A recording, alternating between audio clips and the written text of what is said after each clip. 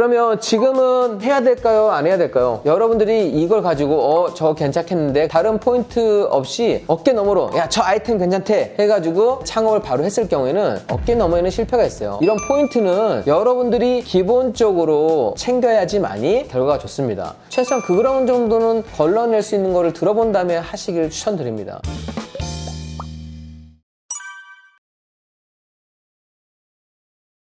오늘 제목은 행크TV에 공개된 창업 아이템 지금도 괜찮을까 이걸로 준비를 했습니다. 여러분들 행크TV 소개했던 창업 아이템이 정말 많았는데 어떤 아이템이 궁금하세요? 가장 궁금한 거 말씀해보세요. 스터디 카페, 성인용품, 스카, 고시텔, 독서실, 카라반, 무인 아이스크림. 저는 한리님 의견을 참조해서 무인 점포부터 먼저 하도록 하겠습니다. 행크TV 사업장 공개 그 이유, 취업도 실패한 경단녀, 월급 대신 500만원 버는 법. 제 사업투자반 수강생이었는데 기억해요. 이분이 보험회사 쪽이었었는데 그 다음에 아이를 둘 낳고 어느 정도 키워놓고 나서 월 100만원 벌겠다고 넣었던 이력서가 다 잘렸다고 그래요. 본인은 아예 취업을 포기하고 그 단계에 에서 사업투자반 강의를 듣고 무인 점포를 차렸는데 이 당시 제가 방문했을 때 실제 순수익이 한 500 정도 나오더라고요. 순수익 500이면 굉장히 잘 나오는 겁니다. 굉장히 이 무인 점포 치고는. 항상 제가 이런 걸 소개할 때는 걱정스러움이 있어요. 왜냐면 행크TV 구독자가 많이 있잖아요. 이런 걸 소개하면 또 이 아이템에 좀 몰리는 그런 경향이 있거든요. 그걸 봤기 때문에. 자, 어쨌든 제가 직접 방문했었습니다. 여기에서 좀 특이했던 거는 아파트 단지 상가에 바닥 권리금을 지급하고 들어갔어요. 바닥 권리금이 뭐예요? 이 바닥에는 사람들이 많이 다니고 있다는 얘기예요. 유동인구가 많이 있다는 겁니다. 바닥 권리금까지 주고서 들어간 거예요. 원래 무인 아이스크림의 정석은 싼 월세를 들어가야만 하는데 이분은 이 상식을 깨고 권리금까지 주고 독점으로 할 수 있는 곳을 들어갔습니다. 그런데 특징을 보면 무인 아이스크림 전문점 옆에 뭐가 있어요? 여기에 C자로 시작하는 U가 있어요. CU랑 지금 무인 아이스크림 줄임말로 무아라고 해요. 무아. 둘이 붙으면 어떻게 될까요? 무아가 이겨요. 무아가. 왜냐면 여기는 아이스크림 통이 하나잖아요. 딸랑 하나. 여기는 많잖아요. 6개 이상 되나? 아이템이 많잖아요. 그리고 가격도 있으니까 그럼 우리도 아이스크림 통 갖다 놓을까? 그렇게 못하잖아요. 거기는 또 판매해야 될 목록이 많기 때문에 무아한테는 안 되는 겁니다.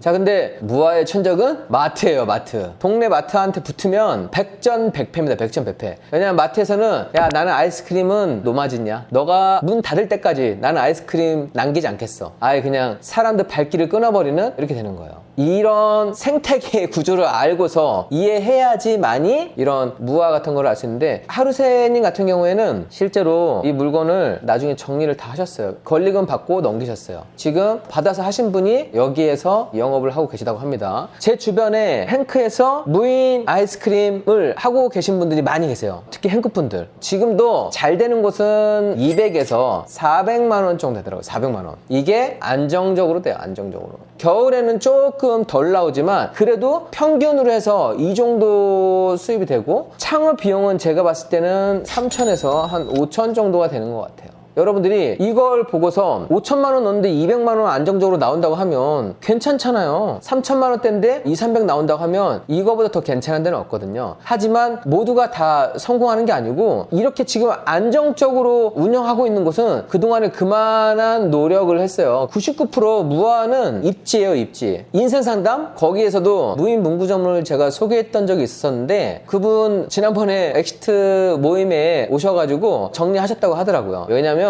입지가 좋지 않은 데 들어가면 아무리 노력해도 될 수가 없어요. 그러니까 이거는 첫 단추가 거의 포인트입니다. 행크TV에 소개되었던 아이템 제가 거짓으로 취재한 적이 한 번도 없기 때문에 실제로 돈 번 회원분들의 업장을 소개를 해드립니다. 그런데 여러분들이 이걸 가지고 저 괜찮겠는데 다른 포인트 없이 어깨 너머로 야 저 아이템 괜찮대 해가지고 창업을 바로 했을 경우에는 어깨 너머에는 실패가 있어요. 어깨 너머로만 딱 하는 건 아니고 저는 항상 이 창업에도 기본적으로 좀 본질과 포인트가 있어요. 이런 포인트는 여러분들이 기본적으로 챙겨야지만이 결과가 좋습니다. 창업은, 투자는 하지 말아야 되는 거를 걸러내는 것부터 배우는 거예요. 그래서 제가 상가 투자를 할 때도 먼저 절대 하면 안 되는 상가도 알려드리거든요. 경매도 마찬가지예요. 돈을 벌기 위한 거 먼저 배우기 전에 하지 말아야 될 거를 걸러내는 거를 먼저 배우는 건데 걸러내는 포인트조차도 많이 하시더라고요. 제가 아까 얘기했잖아요. 마트 옆에는 들어가면 자살행위예요. 그 마트 사장님이 가만히 있겠어요? 그리고 아까 저런 포인트에는 공실이 또 많아버리면 어때요? 공실이 많아버리면 하나가 잘 되면 그 옆에 하나가 또 들어와요. 그렇게 다른 경쟁자도 들어올 수 없는 곳을 구하는 게 가장 포인트입니다. 창업에서 최대의 적은 경쟁사다. 경쟁사를 고려한 입지를 골라내야 되고, 목숨 걸어, 입지 목숨 걸어. 우리 회원분들 중에서 풀세팅님, 양은냄비님, 행크치킴이 하셨던 회원분들도 몇 개를 차리고 계신데, 그분들은 현장 갔다가 계약할까 하다가 다시 분석해서 안 하고 버린 게 더 많아요. 공실 나온 점포를 다 버린 다음에 그 다음에 하나 딱 잡았던 게 지금 계속해서 안정적으로 가는 겁니다. 여러분들이 좋은 결과를 위해서는 버릴 줄 알아야 돼요. 걸러낼 줄 알아야 되는데, 항상 본사에서 상권 분석 해주잖아요. 상권 분석. 죄송하지만 본사의 상권 분석 담당자는 고수가 아니에요. 대충 버스 정류장 있고 뭐 여기 뒤에 아파트 있고 괜찮네, 그냥 여기 좋네, 이런 여러 가지 부분을 디테일하게 하지 않습니다. 그냥 현장 가서 기본적으로 교통, 배우 세대에 있으면 여기 괜찮네요, 딱 그 정도로 가는 거예요. 그런데 그거 말고 몇 가지를 더 챙겨야만 하는 겁니다. 마트가 있는 곳, 공실이 많은 곳, 이 두 가지는 뭐예요? 경쟁이 오고, 배우 세대는 이용할 수 있는 수요자가 있는지 체크해야 되고, 문방 같은 경우에는 그때는 뭐를 체크해야 된다고 그랬어요? 배우 세대가 아니라 초등학교 이런 게 있는지를 체크를 해야 된다고 그랬잖아요. 이런 부분까지 좀 여러분들이 잘 챙긴 다음에 하시면 좋을 것 같습니다. 그러면 지금은 해야 될까요? 안 해야 될까요? 지금도 제가 봤을 때는 입지만 괜찮은 곳이 있다고 하면 지금도 괜찮습니다. 아이템은 이미 나와 있는 거고, 어떤 입지를 골라야 되는지 독점으로 운영할 수 있는 그런 곳이어야 되고, 그러면서 수요가 나올 수 있는 곳이라고 하면 저는 지금도 괜찮다고 생각합니다. 검증된 아이템이기 때문에. 하지만 마지막에 제가 말씀드렸던 이런 곳이 아닌 곳은 무리해서 들어가면 그냥 거의 다 깨진다고 보시면 돼요. 그리고 보통은 저렴한 월세를 찾아가는데, 아예 마트가 들어와 있지 않고 권리금 조금 주고 나갈 때 이 돈을 내가 또 받을 수 있다고 하면 이 권리금을 조금 더 주고, 나는 이미 광고나 이런 거에서 좀 수월하게 한 다음에 내가 또 다른 사람한테 넘길 때는 권리금을 회수해서 나가면 되는 거니까, 먹자 상권이나 유흥 이런 게 흘러다니는 상권 같은 경우에는 권리금에 대한 리스크가 있어요. 하지만 이렇게 아파트처럼 좀 탄탄한 수요가 이미 확정되어 있고, 이 아파트가 어디로 가지 않는 이상은 그 바닥 권리금은 크게 변동되지 않는다고 하면, 그런 곳은 저는 좋다고 생각을 합니다. 그것도 여러분들 센스예요. 그러니까 너무 허접하고 이상한 곳에만 가면 안 돼요. 항상 그래도 수요를 보셔야 되고, 내가 투자금을 월세도 만약에 100만 원 낸 거하고 월세를 150만 원 내고, 만약에 월세를 200이 있는데 대부분 다 월세를 100만 원짜리에서 찾는단 말이죠. 그러면 나는 월세에서 150을 찾는 사람은 더 적고, 여기서 하는 사람은 더 적은데, 그만큼 유동인구가 좀 파악되어 있는지, 이게 월세만 절대적으로 보는 게 아니라 수요가 정말 많다고 하면 이런 부분은 오히려 또 긍정으로 볼 수 있다는 얘기입니다. 물론 이렇다고 해서 그냥 완전 A급 상권으로만 가면 안 되겠지만, 대부분 사람들이 여기를 보고 있다고 하면 이런 것도 여러분들이 생각해 보시는 것도 나쁘지 않다라고 생각을 합니다. 다음은 공유 오피스입니다. 공유 오피스. 여기는 주변이 정말 공실이 많더라고요. 사업이라고 하는 게 수요를 찾는 건데, 이 수요가 가끔은 숨어 있어요. 그런데 여기도 아마 그랬던 곳이라고 생각을 해요. 주변에 상가의 공실이 너무나 많은 곳인데, 여기에서 공유 오피스 이렇게 좀 작게 쪼개서 하는 곳으로 세팅한다고 하면 그러면 수요들이 나올까? 라고 했는데, 실제로 여기는 찼어요. 2달 만에 한 70%가 차고, 그 다음부터는 계속 거의 만실 가까이 갔습니다. 2달에 70% 찼다는 건 괜찮은 거죠. 손익분기점을 넘었으니까. 지금 많은 분들이 공유 오피스를 하고 하는데, 일단 공유 오피스도 여러분들이 가장 눈여겨보셔야 될 거는, 아까 있던 이 수요도 있지만 지금 이 수요는 충분히 있는 것 같아요. 여기서는 좀 리스크를 덜어내야 되는 게 경쟁입니다. 경쟁. 경쟁사가 들어가면 단가가 낮아져요. 그리고 서비스도 많이 해줘야 돼요. 그리고 광고비도 올라가고 하기 때문에, 뭔가를 딱 창업을 차리기 전에 경쟁사 부분에 대한 체크를 하시는 게 중요합니다. 그러면 기왕 경쟁할 거면 누가 들어오더라도 1등 할 수 있는 곳을 저는 만들고 싶었어요. 제가 누구랑 경쟁하는 거 정말 싫어하거든요. 여기는 규모가 500평, 여기에는 유흥이 있고, 제가 이렇게 꾸며놓으면 이 정도 평수에 들어올 수도 없고, 유흥 상권이기 때문에 또 다른 곳이 들어갈 입지도 별로 없을 거라 생각했습니다. 그런데 제가 했던 거는 실제로 잘 되고 있습니다. 좋은 결과 내고 있어요. 그런데 요즘에 많은 분들이 제가 행크TV에서 아이템을 공개를 하면 그거에만 좀 쏠리는 현상이 있어요. 사실 공유 오피스 같은 경우에는 공사비를 추가로 드리더라도 몇 배 월세를 받을 수 있기 때문에 실제로 수치상으로는 정말 괜찮은 아이템인데 너무 이걸 쏠리다 보니까 경쟁이 좀 치열해지는 경향이 있습니다. 네이버 지도 같은 경우를 좀 잘 보셨으면 좋겠어요. 지도에서 동종업종을 검색할 수 있잖아요. 요즘엔 다 친절하게 나오니까. 그리고 동종업종을 방문을 해보세요. 잠깐 잘 되는 것만 하지 말고 방문해본 다음에 손님 정도까지 다 계산하고 세무 꼭 해보세요. 대기 수요가 넘치고 넘치면은 그 다음 들어가는 사람도 먹을 게 있어요. 그런데 지금 동종업종에서 제대로 차 있지 않은데 두 번째, 세 번째로 들어갔다 그러면 박 터지는 거예요. 말 그대로 정말 박 터져서 너 죽고 나 죽자 거의 그거가 되기 때문에 일단 저는 이런 부분을 좀 챙겨서 들어가면 좋을 것 같아요. 아까 이 첫 번째 여기서도 처음에는 거의 그냥 독점으로 했었는데 지금 한 3-4곳 정도가 들어온 것 같아요. 그러다 보니까 100% 만실 가다가 지금 한 뭐 80에서 90% 정도 되는 것 같아요. 단기가 있기 때문에 왔다 갔다 하는데 그런 부분 좀 챙기셔야 되고, 저희 같은 경우에는 택배비가 저렴하게 대량 공급 계약을 체결할 수가 있는데 물량 자체가 한 달에 10,000개 이 정도가 넘지 않으면 소규모 업장은 대형 업장을 이기는 게 상당히 어렵습니다. 겉에 말고 항상 숨어있는 좀 게임의 법칙을 이해하시면 좋겠고요. 이 동네에 이 아이템이 없다는 건 보지 마시고 사람들이 이용하는 반경 거리가 있어요. 집 앞에 마트는 걸어서 가는 곳이라고 하면 횡단보도 건너지 않아도 되지만 걸어서 가는 곳 아니고 자동차로 이용할 수 있는 곳은 경쟁업체의 반경 거리가 내가 생각한 것보다 훨씬 더 넓기 때문에 그런 부분도 좀 생각하시면 좋을 것 같습니다. 사업은 아이템 플러스 입지, 돈을 많이 버는 곳은 그만큼 광고도 세게 할 거 아니에요, 그죠? 이런 공룡과 싸워서 이길 수 있으면 들어가는데 그렇지 않고 소규모로 하는 곳에서는 잘 생각하면 좋을 것 같아요. 다른 사람들이 보지 않는 그런 곳에서도 되게 많이 있을 수 있으니까 항상 이것도 입지를 잘 찾아야만 한다. 경쟁업체 사전조사를 잘 하시면 좋겠고, 생길 곳은 많이 생겼기 때문에 네이버 지도에서 동종업종 검색해서 방문해 보시고 한 군데만 아니라 2군데, 3군데 다 방문하시면서 그게 나중에 내가 똑같이 경쟁해야 될 상대이기 때문에 그런 부분 체크하셔가지고 준비하시면 좋겠습니다. 제가 소개하면 그 자리는 행크가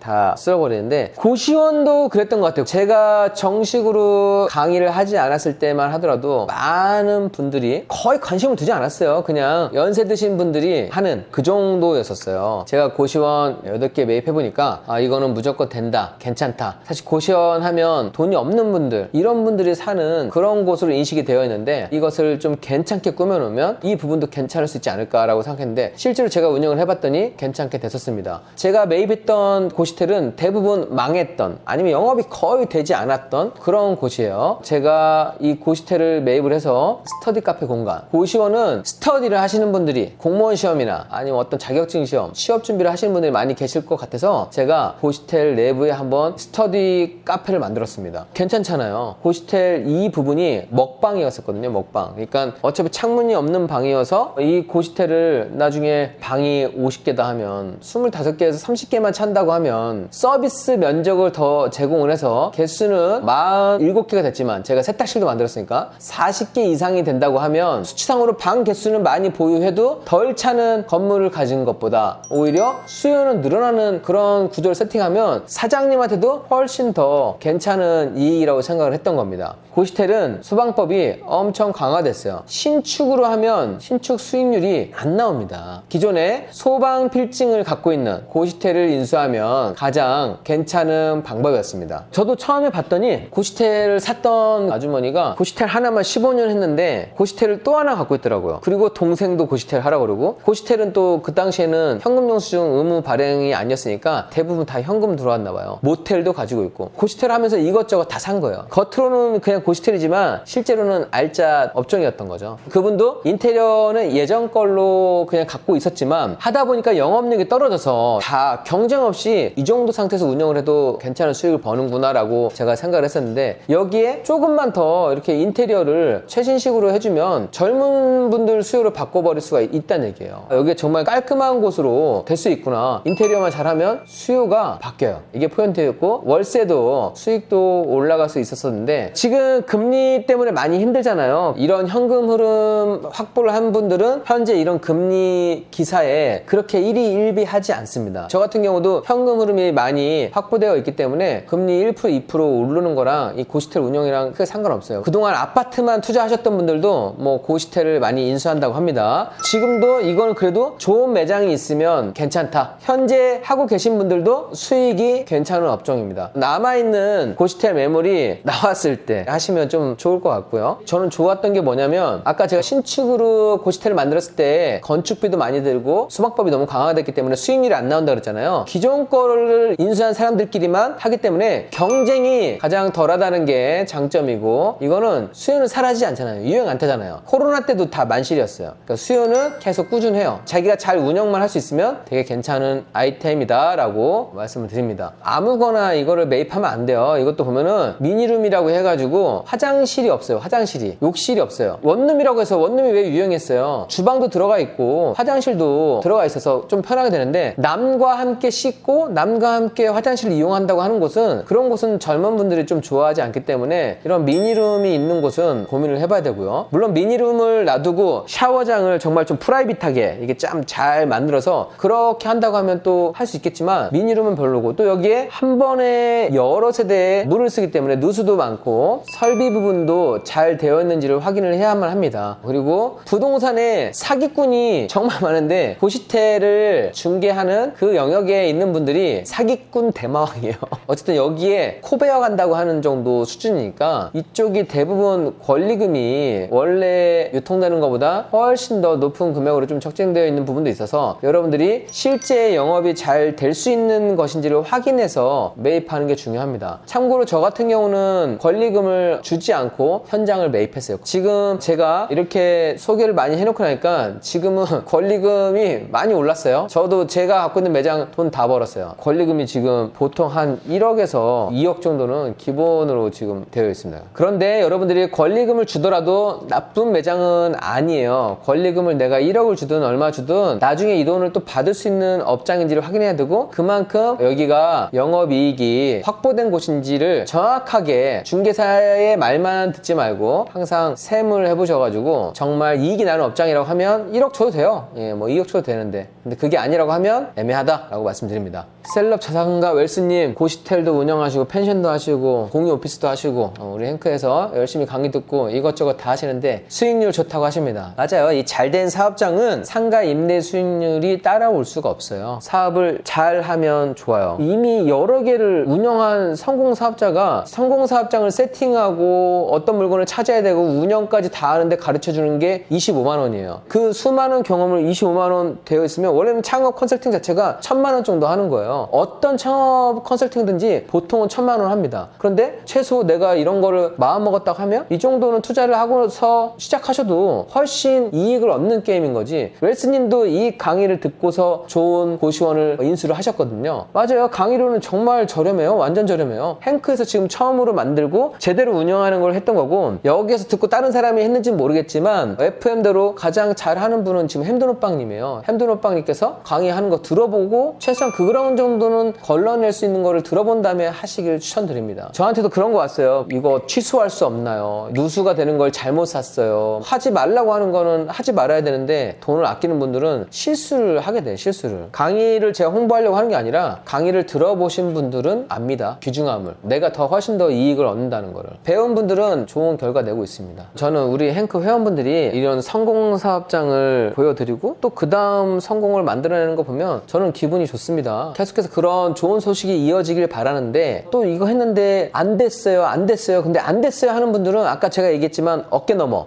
저거 하면 괜찮대, 숨어있는 공식은 챙기지 못하고 어깨 너머로 하신 분들은 안 좋다. 박기코님이 지금 무인 사진관 하시잖아요. 그런 것도 제가 선뜻 취재를 안 가는 게 돈 들고 보는 프로 행크TV를 보면 이 확장 속도가 엄청나게 커질 거여서, 대표적인 게 무인 아이스크림 전문점, 저런 고시텔, 그 다음에 스터디 카페. 제가 지금 행크에서 소개를 해드렸지만 엄청나게 많은 스터디 카페가 생겼습니다. 사실 제가 체인을 할 수도 있어요. 저는 스터디 카페나 뭐 고시텔이나 무인 아이스크림 전문점이나 다 브랜드를 만들어놨는데, 제가 체인점 가맹비 받고 뭐 인테리어 해드리고 그 돈으로 제가 수익 내는 사람은 아니어서, 일단은 이렇게 하는 방법을 소개해드리고, 또 그분이 오픈을 했는데 결과가 안 좋으면 너무 좀 속상하잖아요. 제가 그분한테 돈을 얼마나 벌었던 것보다 결과가 안 좋으면 어떨까, 그런 걱정을 하게 되기 때문에 제가 선뜻 행크에서 컨설팅을 해드리겠습니다 라고 못하겠더라고요. 그런 부분이 있습니다. 이번에는 스크린 테니스장입니다. 스크린 테니스장. 이때도 제가 망한 상가였죠. 여기가 원래 옥상에 있었고요, 부페로 되어 있던 곳이었습니다. 그런데 대형 식당 같은 경우에는 때는 코로나가 거의 직격탄이었죠. 집합금지 대상에 걸리다 보니까 영업을 거의 못했습니다. 이 시기에 가서 매입을 했습니다. 매입해서 아이템은 스크린 테니스를 했습니다. 스크린 테니스. 옥상 상가를 다 철거하고 스크린 테니스장 오픈을 했고, 여기에서 포인트는 뭐냐면 친구가 4m 이상이 나와야 되는 겁니다. 4m.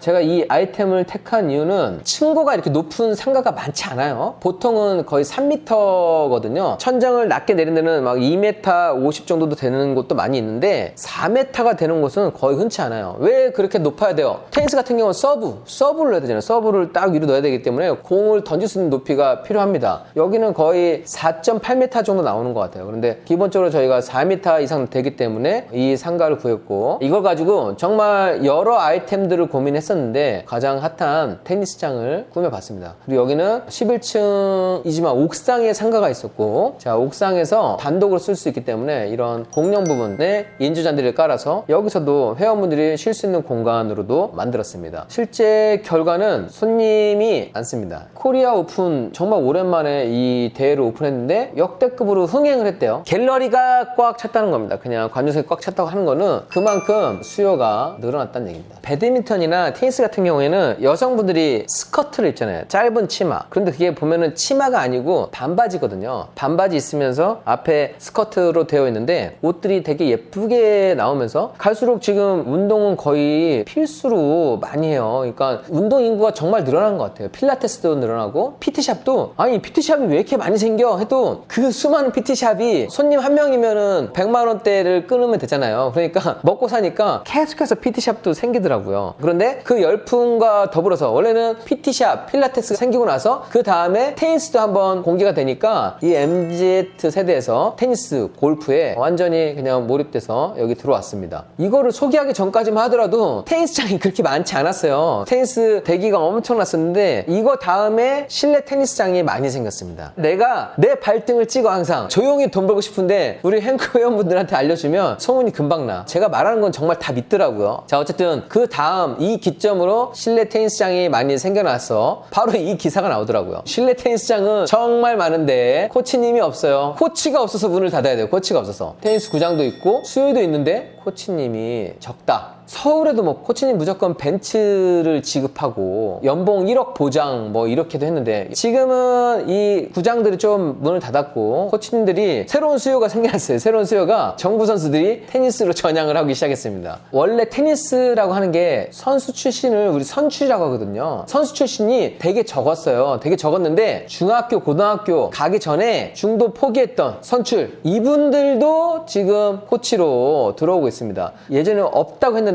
지금은 그래도 좀 괜찮아졌어요. 그렇다고 해서 엄청나게 많은 사람들이 코치님이 있는 게 아니고 2, 3년 내면 또 운동을 많이 했던 분들, 동호인들도 이 코칭을 할 수가 있거든요. 그런 분들이 또 많이 생겨난다고 하면 더 코치님들이 좀 괜찮아질 것 같고, 하지만 제가 지금 보는 현실에서는 기왕이면 내가 코칭 능력까지 갖고 있으면 이분한테는 가장 좋아요. 내가 지금 투자 목적으로 한다고 하면 일단은 기존 매장을 인수를 하는 게 좋아요. 신규 매장은 시설비가 좀 많이 들거든요. 한 가지 아셔야 될 거는 이 테니스 코트가 이렇게 딱 되어 있어요. 여기에 동시간대에 한 명이 있잖아요. 한 명. 내지는 플러스 1, 두 명이에요. 그런데 필라테스는 어때요? 여기에 많이 됐잖아요. 한 번에 수업을 여러 명 할 수 있잖아요. 그런 효율 부분도 생각하면 좋습니다. 어쨌든 한 30명 정도 수업이 가능하잖아요. 30명에서 40명. 근데 여기는 한 명 내지는 두 명 하는 거니까 같은 공간 대비로는 수익이 어떻게 더 좋은지 그런 부분을 따져보면 좋을 것 같습니다. 지금 신규 창업할 업종은 아니다. 왜냐면 코치님이 많지 않기 때문에. 그런데 내가 코칭 능력이 있어서 기존 업장을 인수하고 실제 프로그램을 잘 짜서 하면 그분은 월 1000에서 2000만 원 사이는 순수익으로 가져갈 수 있습니다. 맞아요. 근데 필라테스도 차리면 되지만 필라테스도 코치분들이 많진 않지만 근데 쉽게 만들어낼 수는 있잖아요. 왜냐면 운동을 했던 분들이 하기 때문에. 실내 테니스 배우고 있는데 코치님 급 그만두셨어요. 스카웃 돼서 가셨나봐요. 네, 연봉을 좀 더 주는 곳으로 갔을 수도 있습니다. 그래서 이중률이 높은데 그나마 좋은 거는 스크린 테니스 같은 경우에는 기기에서 공이 나오기 때문에 코치님들이 직접 공을 배급을 안 해줘도 돼요. 이거를 이거를 하루에 50명을 하면 손목부터 어깨까지 엄청나게 많이 나가거든요. 많이 배운다고 해서 월 1000을 번다 그러면 거의 손목이 나만하진 않아요, 남자들 자체도. 그런데 스크린 테니스에서는 공이 자동으로 나오기 때문에 코치님이 일하기가 되게 편해요. 여기서는 이중률이 낮아요. 여기서 50명 가르치는 거하고 다른 곳에서 50명 가르치는 거랑 달라요.